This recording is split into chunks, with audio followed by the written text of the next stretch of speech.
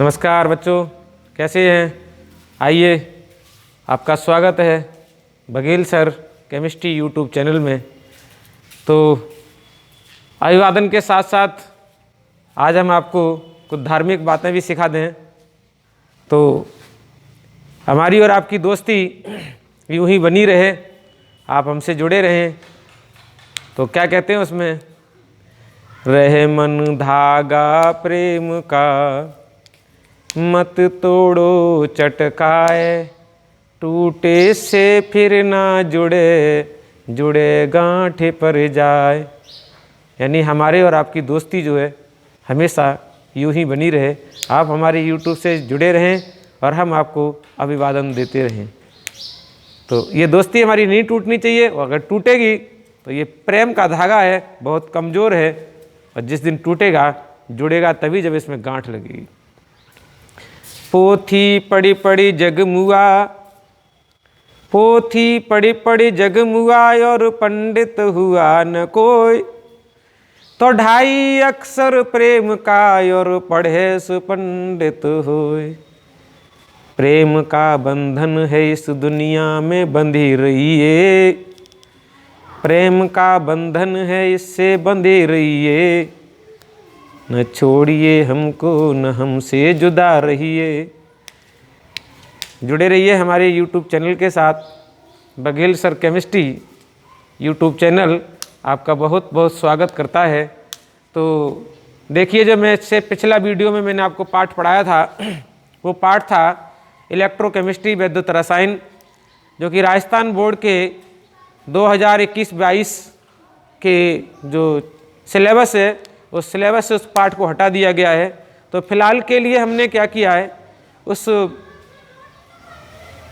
Video को, उस पाठ को अभी स्टॉप कर दिया है। अगला जो पाठ है उस पाठ का नाम है, पाठ हमारा कौन सा है,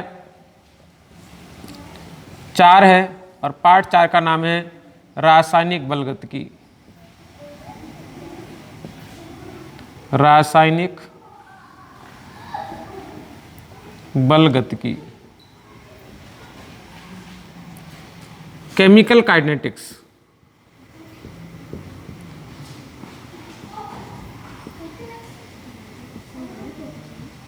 केमिकल काइनेटिक्स यानी हम थोड़ी थोड़ी अगर दूसरी भाषा भी सीख लें, हालांकि हमारी ये मातृभाषा नहीं है, हमें सीखना पड़ता है, तो बातें भी बतानी पड़ेंगी आपको। ये केमिकल काइनेटिक्स है, यानी प्रकृति में जितनी भी क्रियाएं घटित होती हैं, रासायनिक अभिक्रिया हो चाहे भौतिक अभिक्रिया हो, प्रकृति में जितनी भी अभिक्रियाएं घटित होती हैं उन सब के वेग, चलने की दर, किस वेग से चलती हैं, कितनी दर से चलती हैं, कैसे चलती हैं, उनके बारे में हम आपको आज यहाँ बताएंगे। तो बने रहे हमारे इसके साथ, क्योंकि रासायनिक बलगतिकी यानी जो पदार्थ होते हैं, रासायनिक पदार्थ जिसमें अभिक्रियाएं होती हैं, वो किसी बल के कारण चलती हैं। बल के कारण उसमें क्या होती है, गति उत्पन्न होती है, उसी को हम क्या कहते हैं, रासायनिक बलगतिकी कहते हैं। यानी किसी भी क्रिया को, किसी भी गति को, किसी भी क्रिया में अगर हम गति उत्पन्न करें, या हम किसी पदार्थ के अंदर, किसी भी वस्तु के अंदर अगर हम गति प्रदान करेंगे, तो हमें क्या करना पड़ेगा, बल लगाना पड़ेगा। तो बल के द्वारा वो गतियाँ प्रदान होंगी। तो उन्हीं गतियों में हम बाहर की जो फिजिकल केमिस्ट्री की बात है, फिजिकल की बात है, फिजिकल के अंदर हम इनको नहीं जोड़ रहे कि मोटर यान को चलाना है, साइकिल को चलाना है, हमें चलना है, किसी वस्तु को उठा के ले जाना है, तो वहाँ भी हमें बल लगाना पड़ता है। हालांकि यहाँ जो काम है वो केवल रासायनिक पदार्थों के अंतर्गत है। तो रासायनिक पदार्थों के अंतर्गत के लिए हमने क्या लिया है, रासायनिक बलगतिकी। रासायनिक बलगतिकी में जो काइनेटिक्स है वो काइनेटिक ग्रीक भाषा से लिया गया है। कौन से? ये ग्रीक भाषा का शब्द है। ग्रीक भाषा में इसका जो अर्थ है, काइनेटिक्स का जो अर्थ है, वो है गति एवं ऊष्मा गति, ऊष्मा गतिकी। यानी किसी भी पदार्थ में ऊष्मा उत्पन्न करके, ऊष्मा के द्वारा उसमें गति प्रदान करना, उसे क्या कहते हैं, ऊष्मा गतिकी कहते हैं। ठीक है, तो चलिए हम आगे लेते हैं। हमारा क्या, इसके आगे का पॉइंट लेते हैं। पॉइंट क्या है ऊष्मागतिकी में, कि पदार्थ जो हैं वो हमने मान लिया कि कोई हमारा ए या ए की जगह हम आर ले सकते हैं। आर का मतलब हो गया रिएक्टेंट, अभिकारक, और अभिकारक से हमें क्या मिलेंगे, पी उत्पाद। पी मीन्स होता है प्रोडक्ट, और रिएक्टेंट REACTANT रिएक्टेंट। आर का मतलब रिएक्टेंट और पी का मतलब हो गया प्रोडक्ट। ठीक है। प्रारंभ में क्या होता है, यानी t बराबर 0 समय पर या t1 समय पर, t1 समय पर, मतलब t1 समय हम यहाँ पर t बराबर क्या मान ले रहे हैं, 0 मान ले रहे हैं। जो t बराबर 0 समय है, उस 0 समय पर इसका क्या ले लिया हमने, प्रारंभिक सांद्रता ले ली, प्रारंभिक सांद्रता।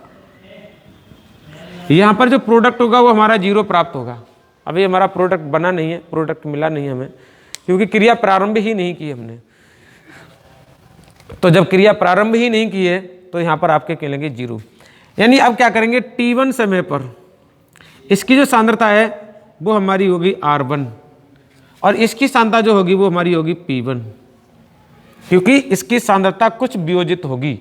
यानी हमने यहाँ प्रारंभिक सांद्रता क्या ले लिया, हमने R0। सक्रिय द्रव्यमान में मोल प्रति लीटर में मापते हैं तो प्रारंभिक सांद्रता क्या है इसकी R0, और इसकी सांद्रता क्या रहेगी 0।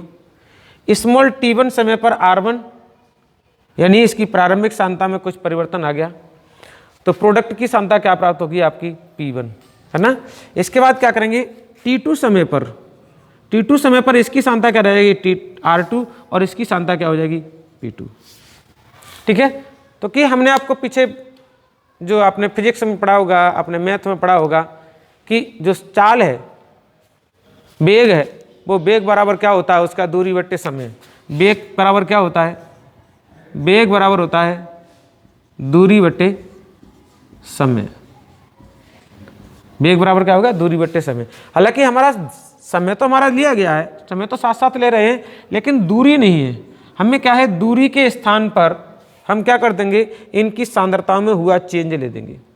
क्योंकि जब किसी स्थान से चलते हैं और अगले किसी स्थान पर पहुंचते हैं, तो जिस स्थान से चले हैं उस स्थान पर जब पहुंचेंगे तो उसके बीच में डिस्टेंस आएगा। वो डिस्टेंस क्या है, चली गई दूरी का अंतराल।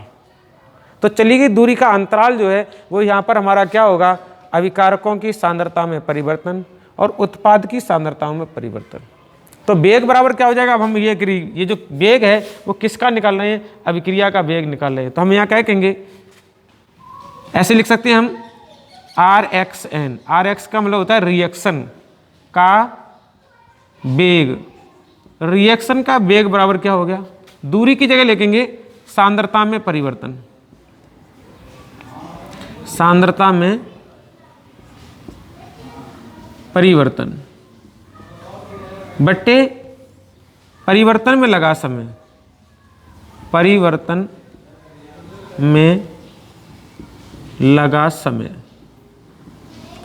तो क्या हो गया हमारा वेग, वेग बराबर हो गया सांद्रता हमारी कितनी है। अब सांद्रता के लिए हम क्या लेंगे, सांद्रता हमारी ये रही, इसकी सांद्रता में कमी, तो इसकी सांद्रता क्या होगी, हमें लगाना पड़ेगा क्या, इनका भी हम नोट कर ले रहे हैं। तो क्या हो गया हमारा समय में परिवर्तन, समय परिवर्तन, समय परिवर्तन बराबर क्या होगा, डेल्टा टी के से प्रदर्शित करेंगे, और डेल्टा टी बराबर क्या हो जाएगा, T2 माइनस T1।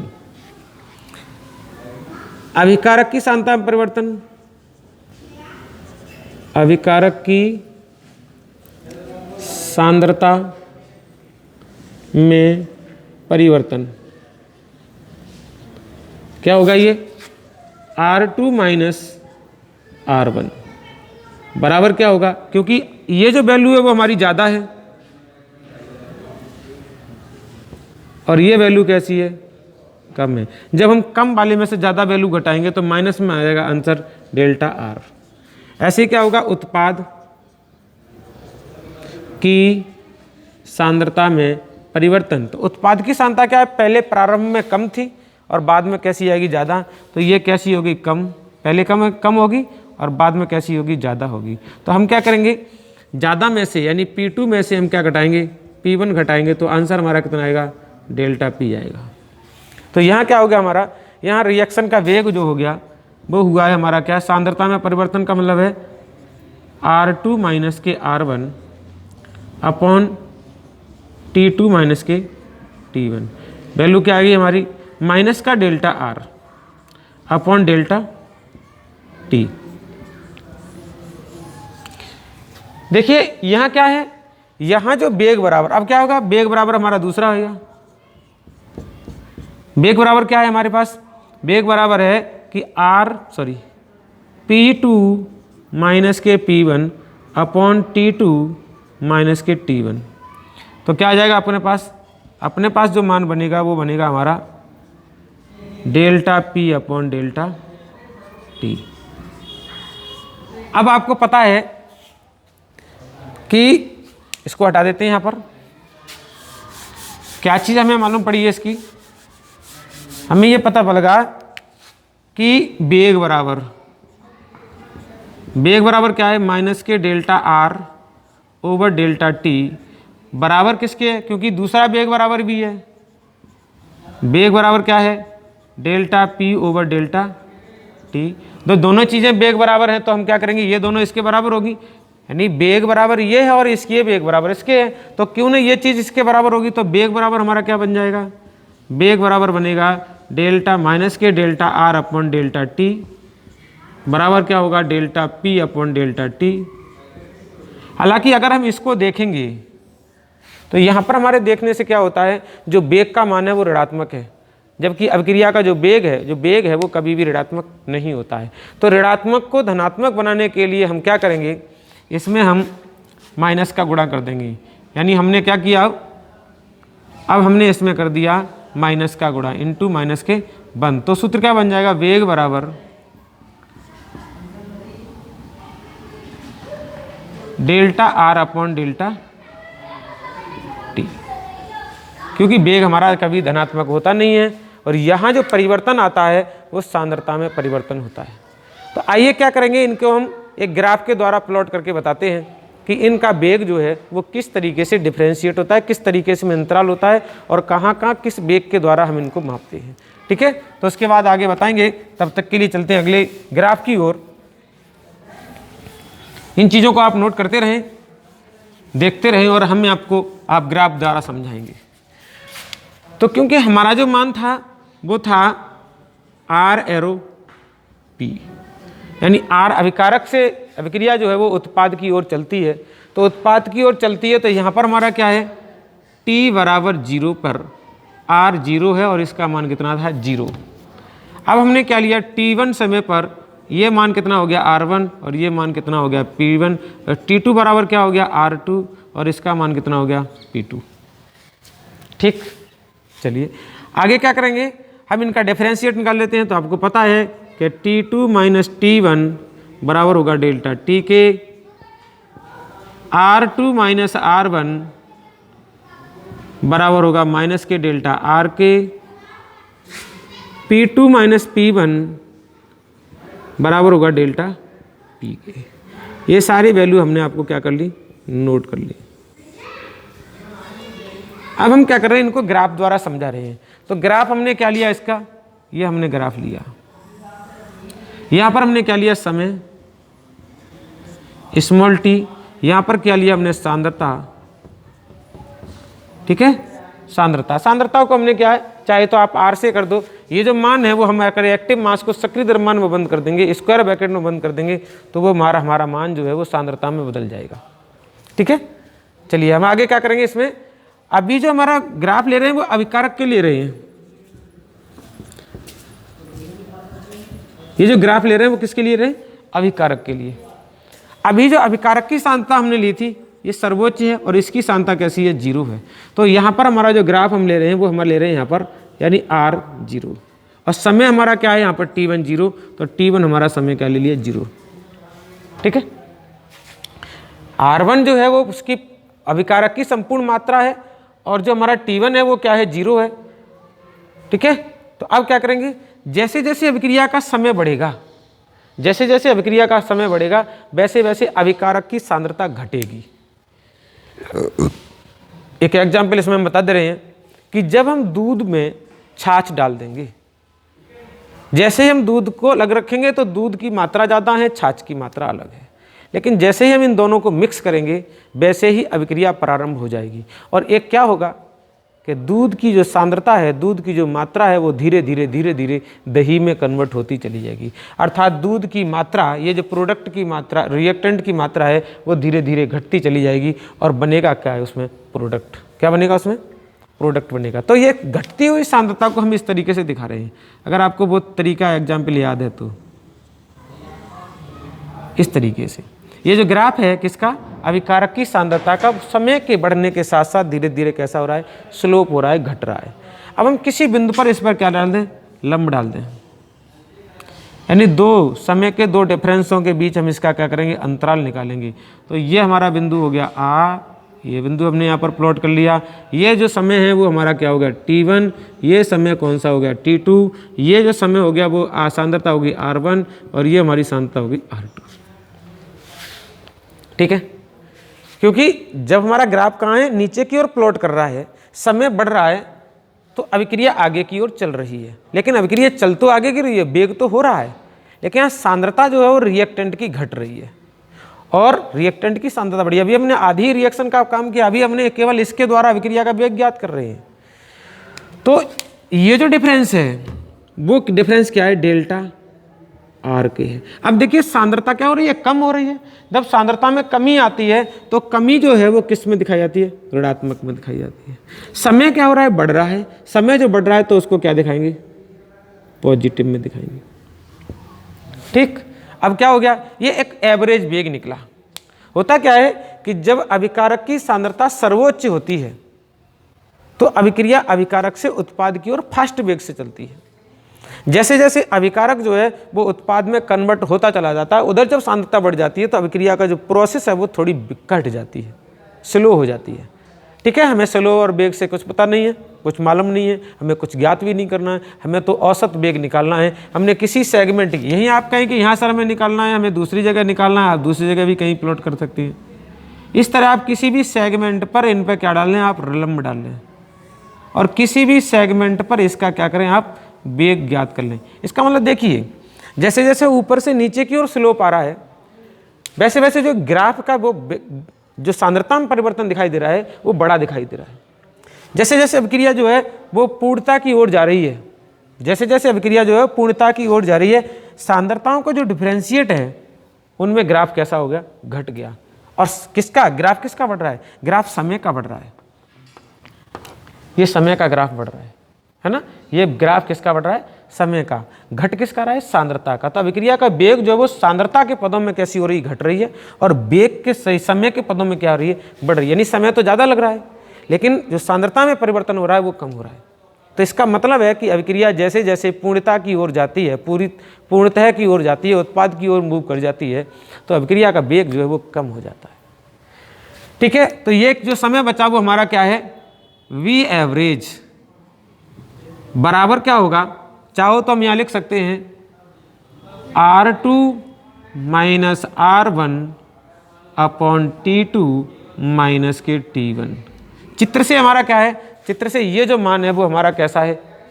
छोटा है, और ये जो मान है वो हमारा कैसा? बड़ा है, क्योंकि ये बड़ा है, ज़्यादा मान ये रहा, छोटा मान ये रहा। जब बड़े वाले मान में से छोटा वाला मान घटाया जाएगा तो जो साइन होता है वो बड़ा का आता है। तो क्या आएगा हमारा?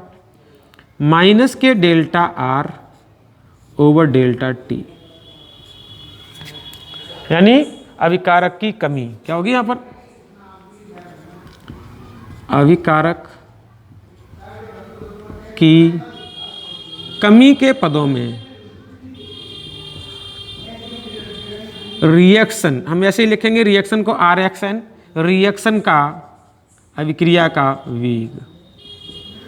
लेकिन अब देखिए क्या है, यहाँ औसत वेग तो निकाल लिया हमने, लेकिन हम इसमें ताक्षणिक वेग भी निकालेंगे, यानी किसी क्षण भर में अभिक्रिया का वेग निकालेंगे। तो क्षण भर में अभिक्रिया का वेग निकालने के लिए क्या करेंगे?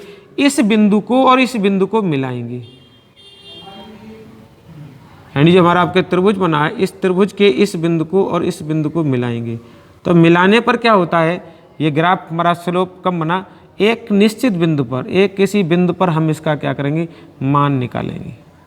किसी छोटे से बिंदु पर अभिक्रिया का वेग ज्ञात करना ताक्षणिक वेग कहलाता है। किसी क्षण पर, किसी भी सूक्ष्म समय पर अभिक्रिया का वेग निकालना ताक्षणिक वेग कहलाता है। तो यहाँ क्या हो गया है, ये जो समय है वो dt समय है, बहुत सूक्ष्म समय है, और ये सांद्रता में जो परिवर्तन होगा वो dr होगा। सांद्रता में जो परिवर्तन होगा वो dr होगा। तो क्या हो गया, v इंस्टेंट, INS इंस्टेंट लिखते हैं, यानी क्षणिक अभिक्रिया का वेग। ताक्षणिक अभिक्रिया का वेग क्या होगा, वो होगा यानी छोटे समय में ले रहे हैं, तो छोटे समय में लेने का मतलब अभी हम ऐसे कर सकते हैं कि dr/dt। और ये अंतराल कैसा है, ऊपर वाले और नीचे वाले के लिए ढाल जो है, क्योंकि अभिक्रिया कहाँ जा रही है, नीचे की ओर जा रही है, तो ढाल कैसा हो रहा है, ऋणात्मक आ रहा है। तो यहाँ क्या लिखेंगे, इक्वल टू माइनस ढाल। ढाल कैसा है, ऋणात्मक है, तो नीचे की ओर अभिक्रिया जा रही है। तो जो ढाल हमारा होगा वो tan थीटा के बराबर होगा। हम यहाँ पर कहीं भी tan थीटा मान सकते हैं, ये हमारा tan थीटा ढाल आ गया। ये तो हमारा क्या हो गया, अभिकारक के पदों में अभिक्रिया का वेग हो गया। अब हम लेंगे उत्पाद के पदों में अभिक्रिया का वेग। किसके पदों में, उत्पाद के पदों में अभिक्रिया का वेग। तो उत्पाद के पदों के लिए अभिक्रिया का वेग यहाँ पर हम प्लॉट कर ले रहे हैं। अभी क्या, यहाँ पर भी हमने क्या लिया, सांद्रता, और यहाँ पर हमने क्या लिया, समय।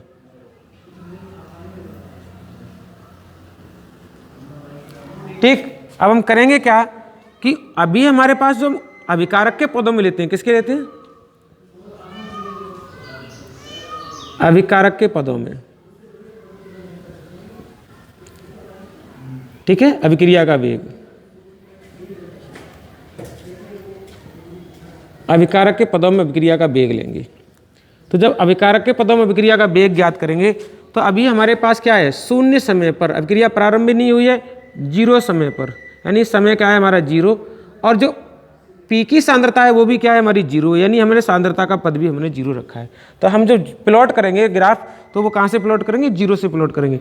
जब हम 0 से प्लॉट करेंगे तो क्या होगा, जैसे जैसे समय बढ़ता जाएगा, यानी T1 समय पर अभिक्रिया का जो उत्पाद की सांद्रता है वो P1 हो गई, T2 समय पर P2 हो गई, ऐसे T3 समय पर क्या हो जाएगी, R3 हो जाएगी, P3 हो जाएगी, और इसमें सांद्रता में परिवर्तन कितना आएगा, R3 आएगा। तो हमें ज़्यादा डिफरेंस निकालना ही है, हमें तो अभी ग्राफ को प्लॉट करके हम पता कर लेंगे।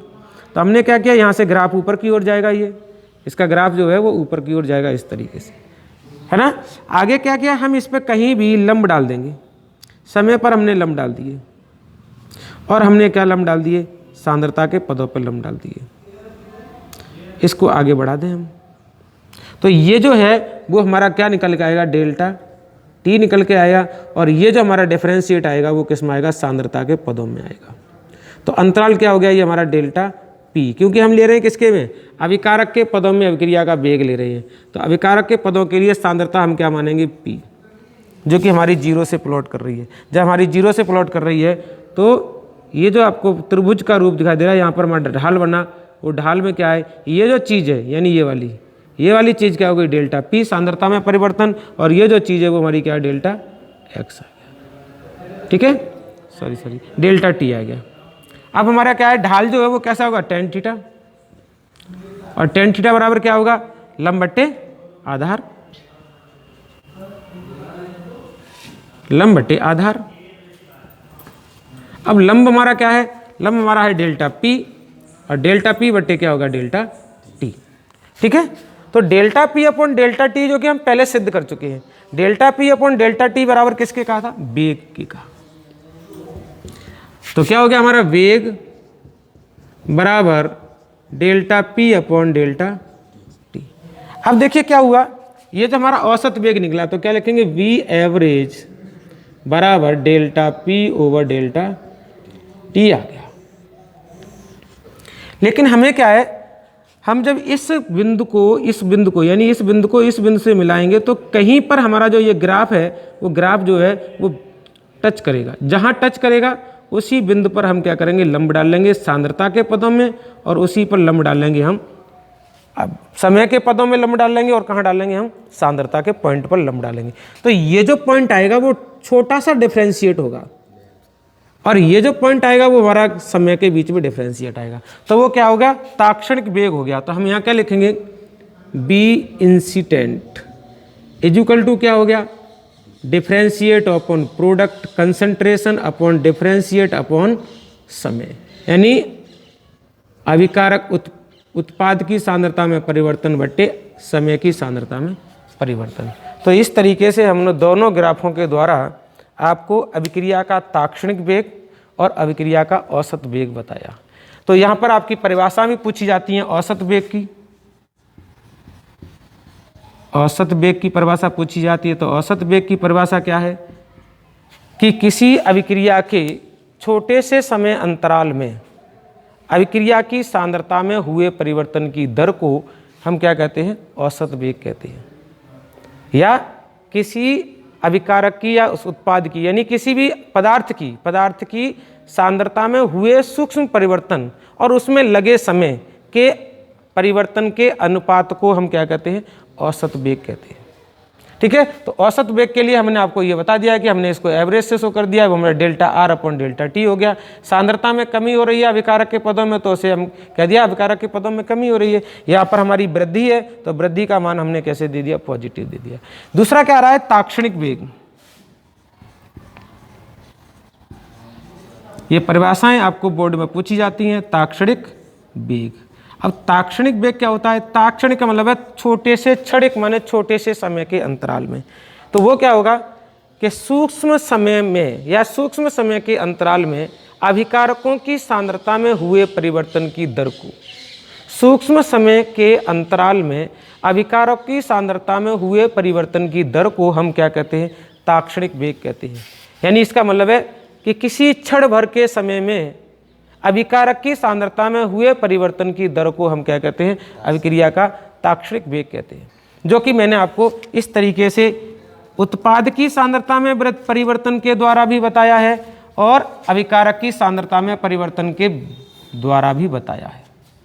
तो मैंने जो परिभाषा दी है वो परिभाषा कॉमन दी है। कॉमन का मतलब है वो आप चाहे इसके लिए लिखें चाहे इसके लिए लिखें, क्योंकि मैंने अभी आपको बताया था, पीछे वाले थोड़े इससे पीछे बताया था कि वेग जो है वो कभी भी ऋणात्मक नहीं होता, वेग हमेशा कैसा होता है, धनात्मक होता है। तो इसलिए जो सांद्रता में कमी का था, कमी के लिए अगर हम वेग निकालेंगे तो सांद्रता में परिवर्तन तो ऋणात्मक आएगा, लेकिन वेग में धनात्मक बनाने के लिए हमने माइनस का उसमें गुणा करेंगे, वो चीज़ें कैसी हो जाएंगी, धनात्मक चली जाएंगी। ठीक है, आते क्या है यहाँ पर आता है